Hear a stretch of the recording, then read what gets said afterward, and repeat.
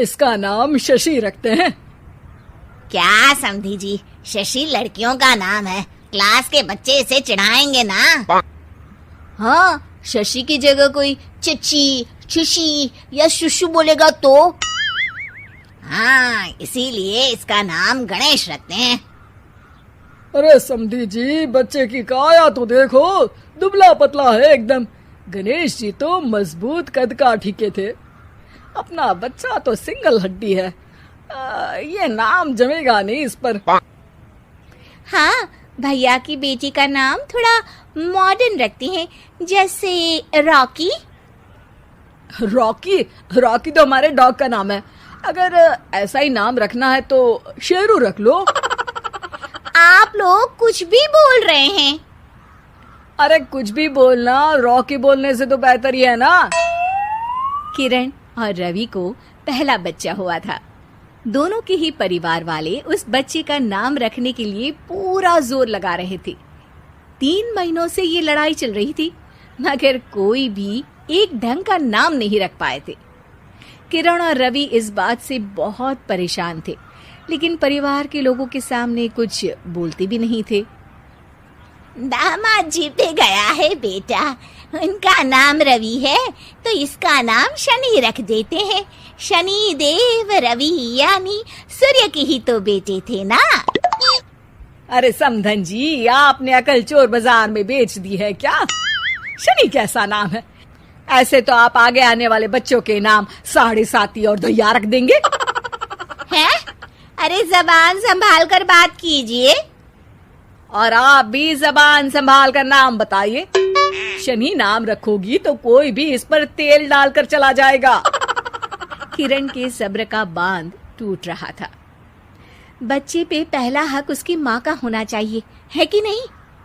नाम मुझे रखना था, लेकिन सब लोग मिलकर नाम रखना चाहते हैं। ऐसा लग रहा है कि सब लोग लूडो खेल रहे हैं, कौन पहले नाम रखेगा बच्चे का। बात तो सही कह रही हो तुम, लेकिन तुमने क्या नाम सोचा है किरण? टाइगर। अरे यार किरण, माना कि तुमको टाइगर श्रॉफ पसंद है, पर बच्चे का नाम थोड़ी ना रख देंगे। ऐसे तो मुझे मोगेम्बो पसंद है, तो क्या बच्चे का नाम मोगेम्बो रख दूंगा?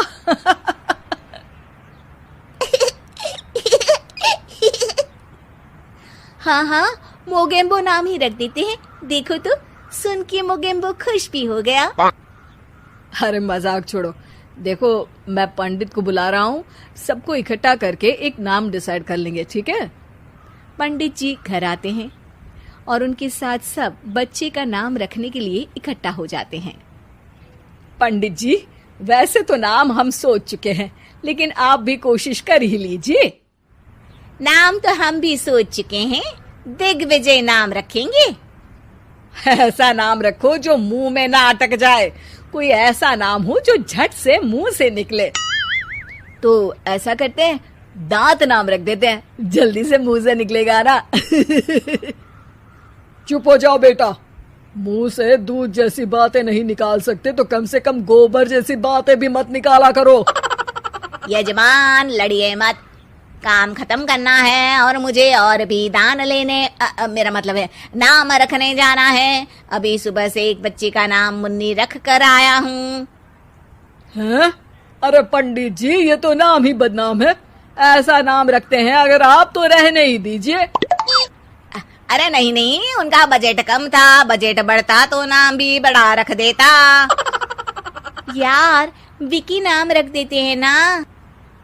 अरे यार, आप ये रॉकी, विकी, आलू टिक्की, काजू चिकी जैसे नाम क्यों रखना चाहती हो इसका?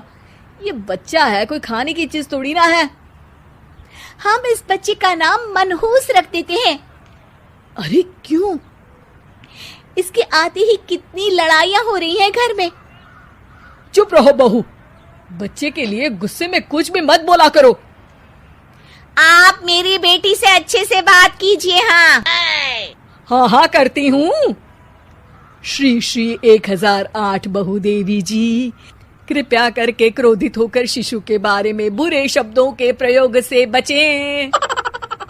अरे मेरी लड़की को ताने मत मारिए आप। तो फिर कोई गाना ही मार दूं? बताइए कौन सा गाना मारूं? कुछ कुछ होता है या फिर दिल तो पागल है। आपसे तो मुंह मिलाना ही बेवकूफी है। सब लोग नाम को लेकर बहस करने लगते हैं। इस शोर शराबे से परेशान पंडित जी बोल पड़ते हैं।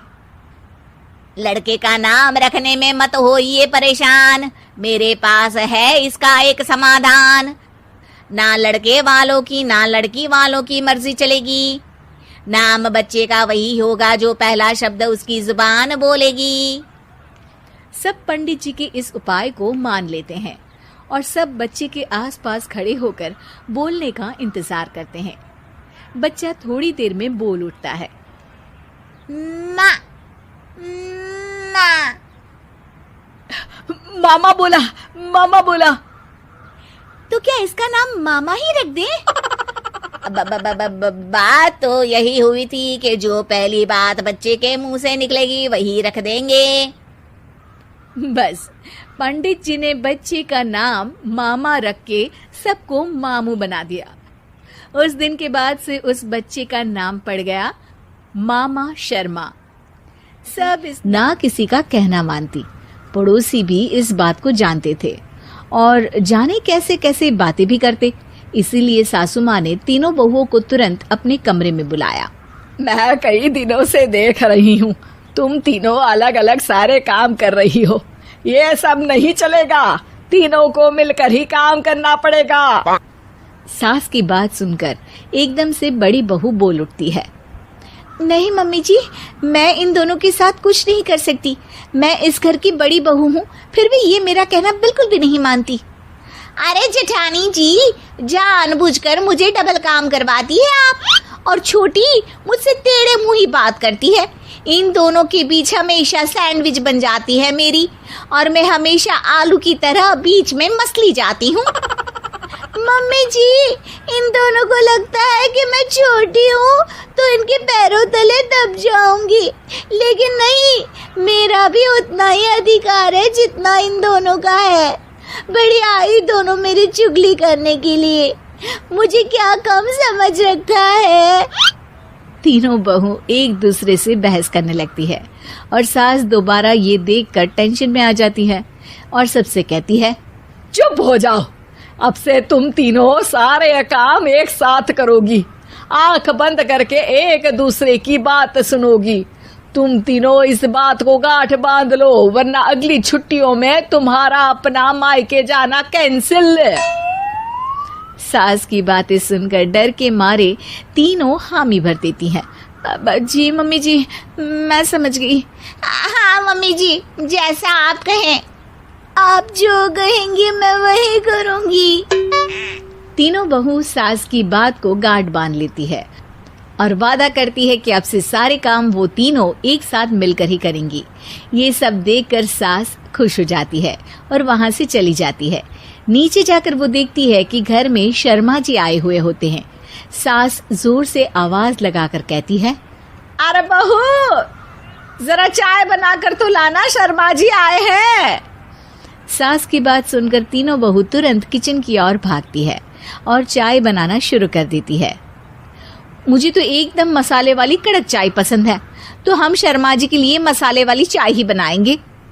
अरे नहीं दीदी, गर्मी के मौसम में मसाला चाय कौन पीता है?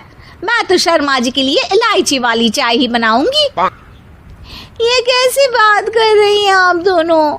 मेरी मम्मी ने सिखाया है कि मेहमान को ज्यादा दूध और शक्कर वाली चाय देनी चाहिए, वरना वो घर वालों को कंजूस समझते हैं। तो मैं तो शर्मा जी को ऐसी ही चाय दूंगी। तीनों बहुएं अपने अपने तरीके से चाय में शक्कर, मसाला, पत्ती सब डाल देती है। उबलने के बाद तीनों मिलकर चाय बाहर लेकर जाती है और शर्मा जी और सासू माँ को देती हैं। चाय पीने के बाद शर्मा जी सासू माँ को देखकर शर्मा जाते हैं और शर्मिंदा महसूस करते हैं कि आखिर उन्होंने चाय पीने के लिए हामी क्यों भरी। सासू माँ भी चाय पीना शुरू करती है और कहती हैं, अरे बहू, ये कैसी चाय बनाई है? चाय है या मीठे दूध की बासुंदी? हाँ, चाय अच्छी नहीं लगी क्या? कोई बात नहीं, हम पराठा बनाकर लाते हैं। चलो चलो अंदर। हाँ हाँ चलो। हाँ आती हूँ मैं भी। नहीं नहीं, मेरा पेट चाय नहीं चौपट कर दिया वही काफी है, पराठे से पोपट नहीं करवाना, मैं तो चलता हूँ। शर्मा जी चुपचाप पतली गली से निकल जाते हैं। अगले दिन सास बहुओं से कहती है, अरे बहू, जाओ जाके ऊपर के गेस्ट हाउस की सफाई कर दो, कल हमारे यहाँ मेरे दूर के रिश्तेदार आने वाले हैं, तो पूरे कमरे को चमका देना, समझी? तीनों बहू सास की बात को मानकर ऊपर सफाई करने चली जाती हैं और तीनों कमरे की सफाई चालू कर देती है। बड़ी बहू मकड़ी के जाले साफ करती है तो बीच वाली झाड़ू लगाना और छोटी वाली सर्फ डालकर जमीन धोना शुरू कर देती है। अरे दीदी जेठानी जी, अभी मैंने पूरी फर्श धोई और आप फिर से धूल नीचे गिरा रही हैं। और मछली जेठानी जी, आप बिना झाड़ू की धूल यहाँ छटक रही हैं। अरे तीनों को साफ करना है, एक साथ सफाई करते हैं ना। अरे वही तो, हम साथ साथ हैं, घर साफ साफ है। तीनों बहू ऐसे ही काम में उलझ जाती है और 2 घंटे तक एक ही कमरे की सफाई करती रहती है। बहुत देर से अपनी बहुओं को ना देखने के कारण सास ऊपर कमरे में उन्हें देखने जाती है, लेकिन कमरे में घुसती ही वो गीली फर्श पर फिसलने के कारण नीचे गिर जाती है। ओरी मोरी मैया, हड्डी मरोड़ के रख दी, आए मेरी तो कमर ही टूट गई रे। तीनों बहुएं सास को उठाती हैं और बिस्तर पर सुला देती है। अरे मेरे हाथ पैर दर्द कर रहे हैं, दबा दो, आराम मिलेगा। हाँ जी माँ जी। अरे जी माँ जी, जी माँ जी। और तीनों बहुएं एक साथ सास के हाथ को दबाना शुरू कर देती हैं। माँ की तो चीख ही निकल जाती है और नतीजा ये होता है कि सास के बचे हुए शरीर में भी दर्द उठ जाता है। हाय राम, ये क्या कर दिया तुम तीनों ने। अरे मेरी तो किस्मत ही फूटी है कि तुम जैसी बहुएं मुझे मिली। हे भगवान, पूरे शरीर में दर्द बढ़ गया है, अब तो पता नहीं कि चल भी पाऊंगी या नहीं।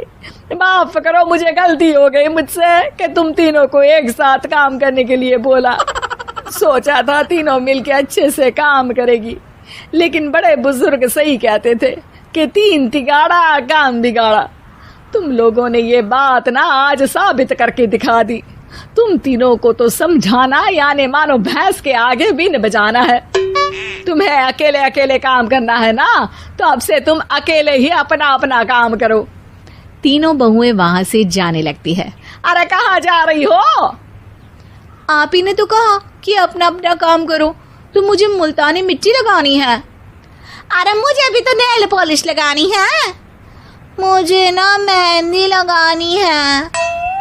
सास अपना सर पीट लेती है और कहती है, अरे मुझे भी लगाना है कुछ। क्या माँ जी? क्या माँ जी? क्या माँ जी?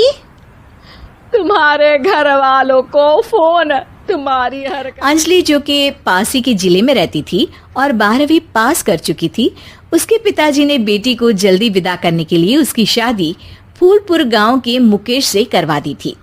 मुकेश कभी स्कूल नहीं गया था और इस कारण वो पढ़ा लिखा नहीं था और बाकी गांव वालों की हालत भी मुकेश जैसी ही थी। मुकेश के घर में उसके माता पिता भी रहते थे। सासू माँ, मैं बाहर मंदिर तक जा रही हूँ, आधे घंटे में आ जाऊंगी। अरे अभी कहीं जाने की जरूरत नहीं है, चुपचाप जाके रसोई में रात के खाने की तैयारी करो। और ये घूंघट क्यों हटा लिया है तुमने?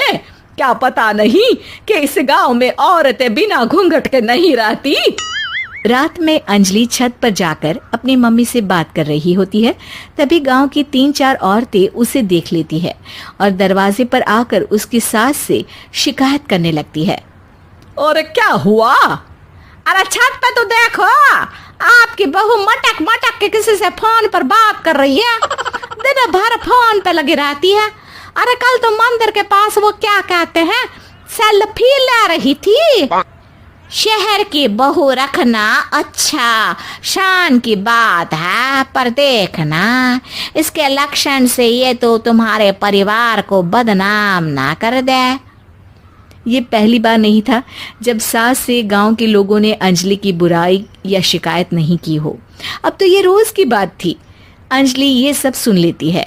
जब वो नीचे जाती है तो मुकेश भी वहां आ जाता है। सास कहती है, बेटा, लोग घर आकर शिकायत करने लगे हैं बहू के कामों की।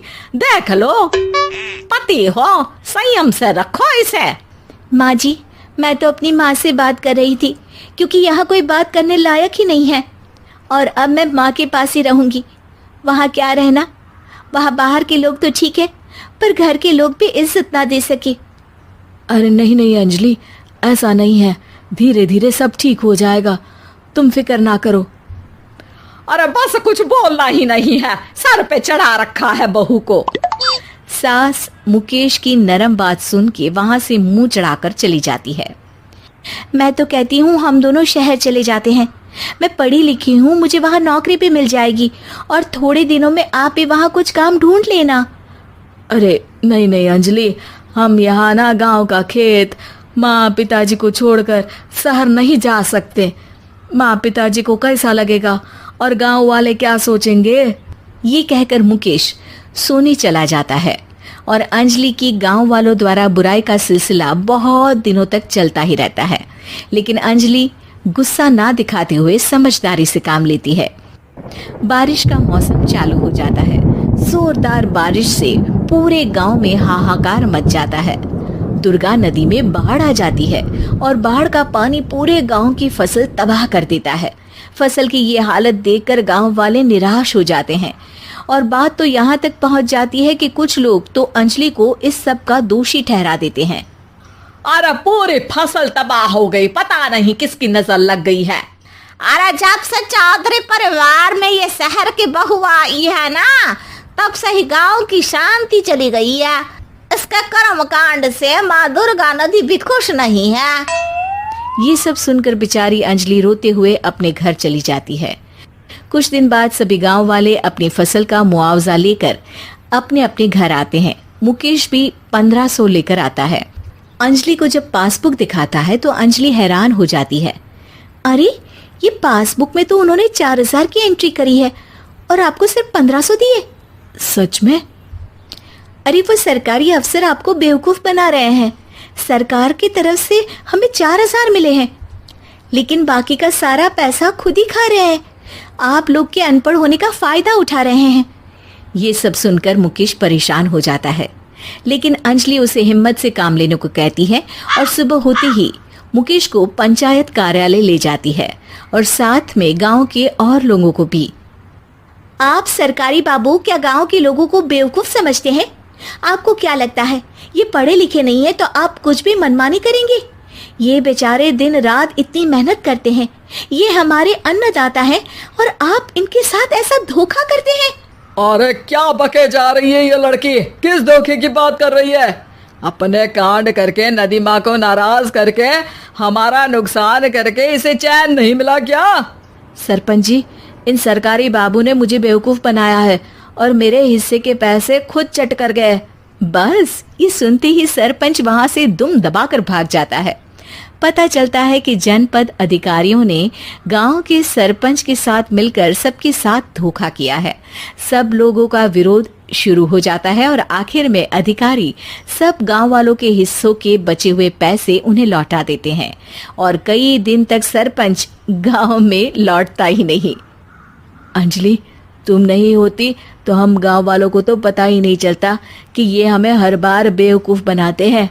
हाँ हाँ अंजलि बेटी, हमें माफ कर दो। हम सब तुम्हें बुरा भला कहते रहे, लेकिन तुमने ही आज हमें बेवकूफ बनाने से बचाया है। हमें तुम पर गर्व है बेटी। अब समझ आया कि सरपंच तुमसे नहीं, तुम्हारे पढ़े लिखे होने से नफरत करता था। क्यों ना इस बार हम अंजलि को ही सरपंच पद के लिए चुन ले? क्या कहते हो गांव वालों? पढ़ी लिखी सरपंच। बस पूरा गांव अंजलि के लिए ताली बजाता है और अंजलि की सास उसे खुशी से गले लगा लेती। उन्हें लगता है कि ये लड़के शायद घर का कामकाज संभाल लेंगे, लेकिन उनके तीनों घर जमाई बहुत आलसी थे। वो नौकरी भी नहीं करते थे और बाहर का काम भी नहीं। कावेरी जी ने अपनी बेटियों से कहा कि वो प्रेगनेंसी का बहाना बनाकर अपने पतियों को सबक सिखाए। अब सुनिए आगे। मम्मी आपने जैसा कहा था हमने वैसा ही किया, लेकिन देखिए ना, विवेक का हाल तो वैसा का वैसा ही है। घर में ना सुबह का नाश्ता बनता है और ना खाना। नौकरी पर जाने की बात करूं तो खाने को दौड़ते हैं मुझे। हाँ मम्मी, मैंने भी सुमित को कितनी बार कहा कि अगर नौकरी नहीं करनी तो कोई छोटी सी दुकान ही खोल लो, घर का खर्चा कैसे चलेगा। देखो दोपहर के 12 बजने आए और जनाब अभी तक सो रहे हैं। हाँ मम्मी, ईशा और सुहाना ठीक कहती हैं। अविनाश का भी यही हाल है। जब मैंने अपनी प्रेगनेंसी के बारे में कहा तो मुझसे कहने लगा, अरे दूसरी लड़कियां तो 9-9 महीने तक नौकरी करती है, बस डिलीवरी के टाइम छुट्टी लेती है। मोहिनी तुम भी नौकरी करो। अब मुझे कहाँ नौकरी मिलेगी। मम्मी बताओ अब मैं क्या करूँ। हे भगवान, क्या सोचकर घर जमाई दामाद लाई थी मैं कि मेरी बेटियां मेरे पास रहेंगी और खुश रहेंगी, लेकिन इन आलसी दामादों ने तो हमारी जिंदगी को भी प्रॉब्लम में डाल दिया है। मैं तो कहती हूँ मम्मी, हम लोग वापस अपनी जॉब पर जाना शुरू कर देते हैं। बता देते हैं इन लोगों को कि हमने प्रेगनेंसी का बहाना किया है। नहीं नहीं बेटा, ऐसी गलती भी मत करना। अगर तुमने ऐसा किया तो इन तीनों की आदत और ख़राब हो जाएगी। अरे आज नहीं तो कल कभी तो तुम प्रेग्नेंट होगी, तब वापस यही प्रॉब्लम आएगी। तब क्या करोगी तुम तीनों। हाँ मम्मी, आपकी बात तो बिल्कुल सही है। इन लोगों को तो सुधारना ही पड़ेगा। लेकिन कैसे? अपने बच्चों के आने की खबर सुनकर भी इन लोगों पर कोई असर नहीं हो रहा। पैसे कमाने के लिए घर से बाहर निकलना ही नहीं चाहते ये तीनों। अब मेरे दिमाग में एक प्लान आया है। तुम तीनों चिंता मत करो, उन तीनों को बुलाओ, फिर मैं बात करती हूँ। थोड़ी देर बाद कावेरी जी अपने तीनों दामादों को सामने बुलाकर अपनी बात कहना शुरू करती हैं। अविनाश, सुमित और विवेक, देखो बेटा, मैं ना तुम तीनों से बड़ा प्यार करती हूँ, इसीलिए तो तुम्हें घर जमाई बना कर रखा है मैंने। अरे मम्मी जी, सीधे सीधे कहिए ना, क्या बात है। प्यार तो हम भी आपको बहुत करते हैं। अरे मम्मी जी, आपकी इज्जत भी बहुत करते हैं। अरे भाई, आपके जैसी सास और कमाने वाली बीवी सबको मिलती है क्या? हाँ मम्मी, विवेक और सुमित ठीक कह रहे हैं। आपकी बेटी से शादी करके मेरी तो ज़िंदगी ही अच्छी हो गई है। जानती हूँ मैं, और ये भी जानती हूँ कि तुम तीनों अपने अपनी बीवियों से बहुत प्यार करते हो। बेटा, बात ऐसी है कि हमारे कुल गुरु ने कहा है कि प्रेग्नेंट होने के बाद मेरी तीनों बेटियां शुरू के 4 महीने हमारे गांव में जाकर रहेगी, जहां मेरे चाचा जी रहते हैं। अरे लेकिन क्यों मम्मी, गांव में जाकर रहने की क्या ज़रूरत है इन तीनों को। वो क्या है ना बेटा, हमारे परिवार को एक श्राप है।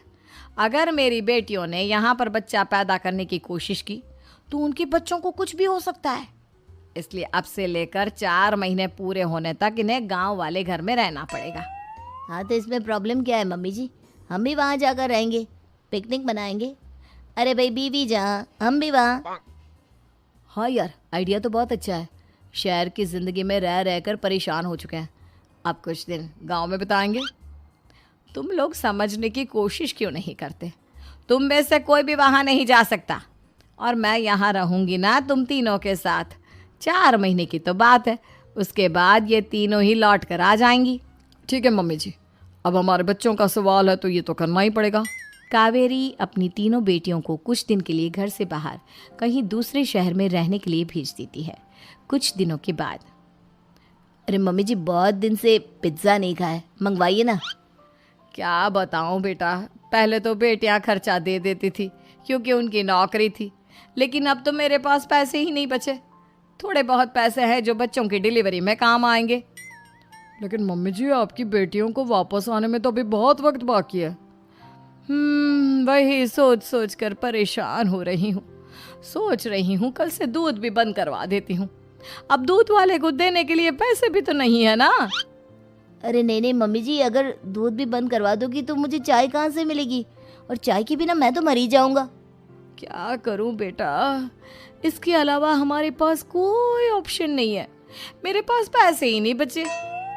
इस तरह कावेरी जी धीरे धीरे अपने तीनों दामादों को पैसे देना बंद कर देती हैं और घर में खाने पीने की चीज़ें लाना भी बंद कर देती है।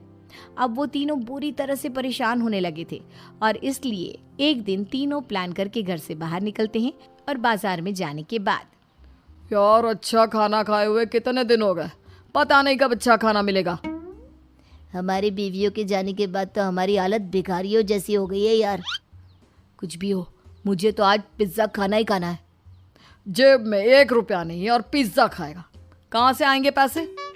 अरे देख वहाँ सामने बोर्ड पर क्या लिखा हुआ है, कंप्यूटर पर काम करने के लिए एक आदमी की आवश्यकता है।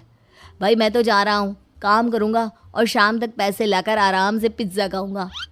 जा जा, तुझे कोई काम नहीं देने वाला, हम तो घर जा रहे हैं। चल भाई सुमित। सुमित और अविनाश वहाँ से चले जाते हैं और विवेक उस कंप्यूटर शॉप पर सारा दिन काम करके 5,000 रुपये कमा कर घर लौट कर आता है और अपने खाने के लिए अच्छी अच्छी चीज़ें भी लेकर आता है। ये देखकर विवेक और सुमित के दिल में भी कुछ पैसे कमाने की इच्छा जागती है। अरे सुबह सुबह कहाँ चल दिए तुम? मम्मी जी एक बहुत अच्छी जगह मिली है, कंप्यूटर पर काम करने के 5,000 मिले थे कल मुझे। अगर रोज़ काम करूँगा तो पूरे 40,000 की तनख्वाह। अरे वाह, ये तो बहुत अच्छी बात है दामाद जी, आपको जाना ही चाहिए। सुमित और अविनाश विवेक को इस तरह तरक्की करते देखकर परेशान हो जाते हैं और वो दोनों भी काम की तलाश में निकल पड़ते हैं। धीरे धीरे उन दोनों को भी काम मिल जाता है। अब कावेरी के तीनों दामाद छोटी मोटी नौकरी करके अच्छा पैसा कमाने लगे थे। एक दिन कावेरी उन्हें अपने पास बुलाती हैं। अरे वाह, विवेक 40,000 कमा लेता है, अविनाश 60,000 और सुमित तुम भी 40,000 के आसपास कमा ही लेते हो। कुल मिलाकर तुम अच्छे खासे पैसे कमा रहे हो बेटा। हाँ मम्मी जी, बहुत मज़ा आता है जब महीने के एंड में मोटी रकम हाथ में आती है। पूछिए मत मम्मी जी, घर में रहकर रोटी बना बना कर और तो जैसा महसूस होने लगा था मुझे तो। हाँ बेटा, तुम तीनों की बात तो बिल्कुल ठीक है।